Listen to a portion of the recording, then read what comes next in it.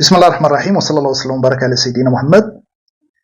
Voilà, aujourd'hui j'ai le plaisir de vous présenter mon tout dernier ouvrage intitulé Le management environnemental selon la norme ISO 14001-2026, décrypter la norme et s'innover. Et je signale tout d'abord que la sortie de ce livre est synchronisée avec la publication de la dernière version, c'est-à-dire la version 2026 de la norme ISO 14001. Il s'impose ainsi comme l'un des tout premiers, voire le premier, à offrir un décryptage approfondi et une analyse bien exhaustive de cette dernière version. Et il arrive dans un contexte bien imprégné de sérieux, d'effets et risques environnementaux et climatiques, et marqué par l'évolution incontournable des exigences environnementales et le défi de passer de la simple conformité vers la performance environnementale. Dans ce contexte, le management environnemental se prescrit comme une démarche inévitable, une démarche cruciale. Et l'ISO 14001, spécifiant les exigences relatives à un système de management environnemental, s'impose comme un outil standard, comme un référentiel de base qui va nous permettre de faire face et de relever les défis précités.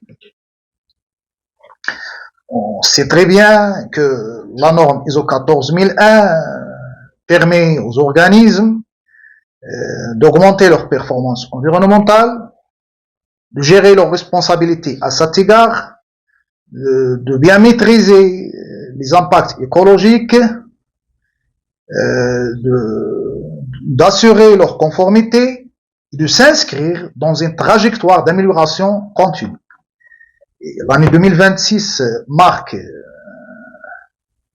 une inflexion ou bien un tournant significatif, mais pas radical, par la mise à jour de la norme ISO 14001 et la publication de sa dernière version au 15 avril 2026.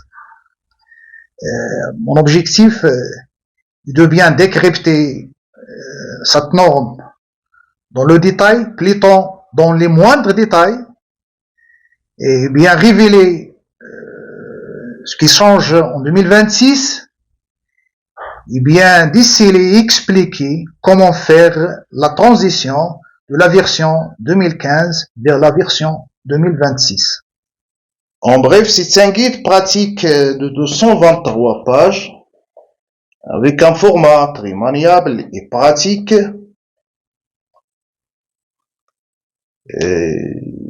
pensé pour accompagner le lecteur au quotidien, dans son bureau, au terrain, dans son établissement, etc.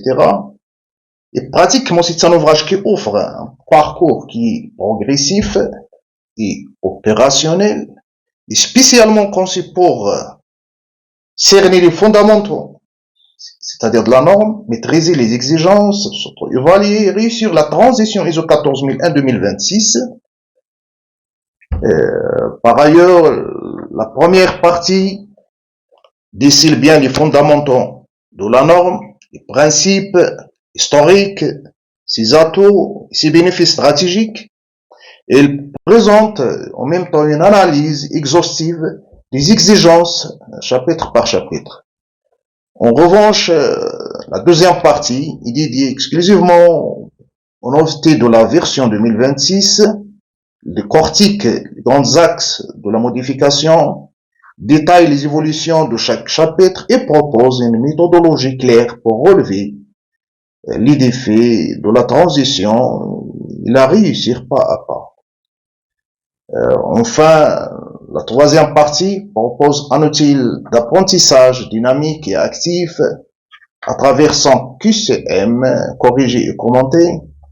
Et je crois qu'il est d'une importance cruciale puisqu'il couvre intégralement la totalité et la globalité de la norme ainsi que les bases du management environnemental en général.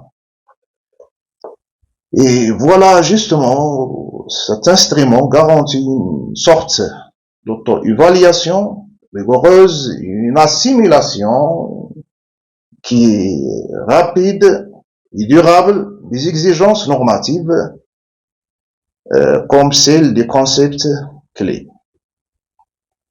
Chaque UCM le propose, ensuite on passe à bien expliquer, à donner une réponse bien expliquée et bien commentée.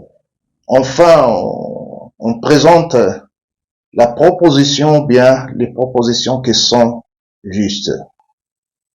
Je souhaite bien que ce livre aide à transformer les contraintes et les défis en opportunités et à relever avec brio les divers enjeux environnementaux.